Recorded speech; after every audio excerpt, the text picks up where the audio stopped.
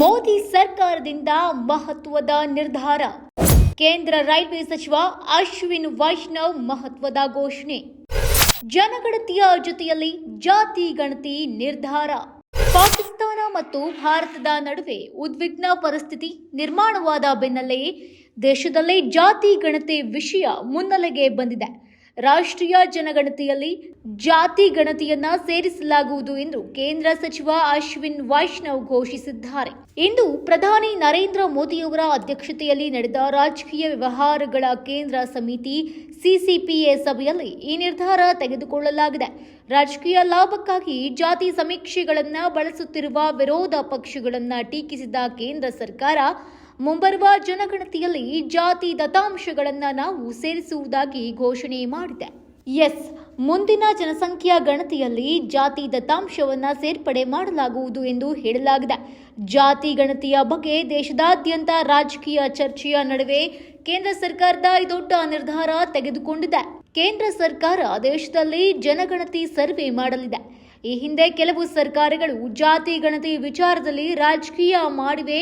ದೇಶದಾದ್ಯಂತ ಜನಗಣತಿ ಜೊತೆಗೆ ಜಾತಿ ಗಣತಿ ಮಾಡುತ್ತೇವೆ ಎಂದು ನವದೆಹಲಿಯಲ್ಲಿ ಕೇಂದ್ರ ಸಚಿವ ಅಶ್ವಿನ್ ವೈಷ್ಣವ್ ಹೇಳಿದ್ದಾರೆ. ಜಾತಿ ಗಣತಿ ಚರ್ಚೆಯ ಕುರಿತು ಪ್ರತಿಕ್ರಿಯಿಸಿದ ಅಶ್ವಿನ್ ವೈಷ್ಣವ್, ವಿರೋಧ ಪಕ್ಷವಾದ ಇಂಡಿಯಾ ಬಣವು ಜಾತಿ ಗಣತಿಯನ್ನ ರಾಜಕೀಯ ಸಾಧನವಾಗಿ ಬಳಸಿಕೊಳ್ಳಲು ಪ್ರಯತ್ನ ಮಾಡ್ತಾ ಇದೆ ಎಂದು ಟೀಕೆ ಮಾಡಿದರು. ಕಾಂಗ್ರೆಸ್ ಮತ್ತು ಅದರ ಮೈತ್ರಿಕೂಟ ಜಾತಿ ಜನಗಣತಿಯನ್ನ ಕೇವಲ ರಾಜಕೀಯ ಸಾಧನವಾಗಿ ಬಳಸಿಕೊಂಡಿದ್ದಾರೆ ಎಂಬುದು ಚೆನ್ನಾಗಿ ಅರ್ಥವಾಗುತ್ತೆ ಎಂದು ವಾಗ್ದಾಳಿ ನಡೆಸಿದರು. ಕೆಲವು ರಾಜ್ಯಗಳು ಜಾತಿಗಳನ್ನ ಎಣಿಸಲು ಸಮೀಕ್ಷೆಗಳನ್ನ ನಡೆಸಿವೆ.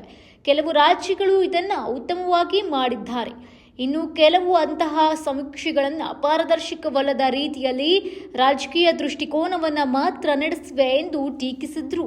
ಇನ್ನು ಜಾತಿ ಗಣತಿಯಂತಹ ಸಮೀಕ್ಷೆಗಳು ಸಮಾಜದಲ್ಲಿ ಅನುಮಾನಗಳನ್ನು ಸೃಷ್ಟಿಸಿವೆ. ನಮ್ಮ ಸಾಮಾಜಿಕ ರಚನೆಯು ರಾಜಕೀಯದಿಂದ ತೊಂದರೆಗೊಳಗಾಗುತ್ತದೆ. ನೋಡಿಕೊಳ್ಳಲು ಸಮೀಕ್ಷೆಗಳ ಬದಲಿಗೆ ಜಾತಿ ಎಣಿಕೆಗಳನ್ನು ಜನಗಣತಿಯಲ್ಲಿ ಸೇರಿಸಲಾಗುವುದು ಎಂದು ಹೇಳಿದ್ದಾರೆ. ಜಾತಿ ಎಣಿಕೆಯನ್ನ ಸಮೀಕ್ಷೆಯ ಬದಲಿಗೆ ಜನಗಣತಿಯಲ್ಲಿ ಪಾರದರ್ಶಕವಾಗಿ ಸೇರಿಸಬೇಕು ಎಂದು ಸಚಿವರು ಮಾತನಾಡಿದರು. ಒಟ್ಟಿನಲ್ಲಿ ಭಾರತವು ಕೊನೆಯದಾಗಿ 2011ರಲ್ಲಿ ಪೂರ್ಣ ಜನಗಣತಿಯನ್ನ ನಡೆಸಿತ್ತು. ಆದರೆ 2021ರ ಆವೃತ್ತಿಯು ಅಂದರೆ ಕೋವಿಡ್-19 ಸಾಂಕ್ರಾಮಿಕ ರೋಗದಿಂದಾಗಿ ವಿಳಂಬವಾಯಿತು. ಅನಂತರದಲ್ಲೇ ಇದೇ ಮೊದಲ ಬಾರಿಗೆ ಮೋದಿ ಸರ್ಕಾರ ಜಾತಿ ಗಣತಿಯ ವಿಷಯವನ್ನ ಮುನ್ನೆಲೆಗೆ ತಂದಿದೆ.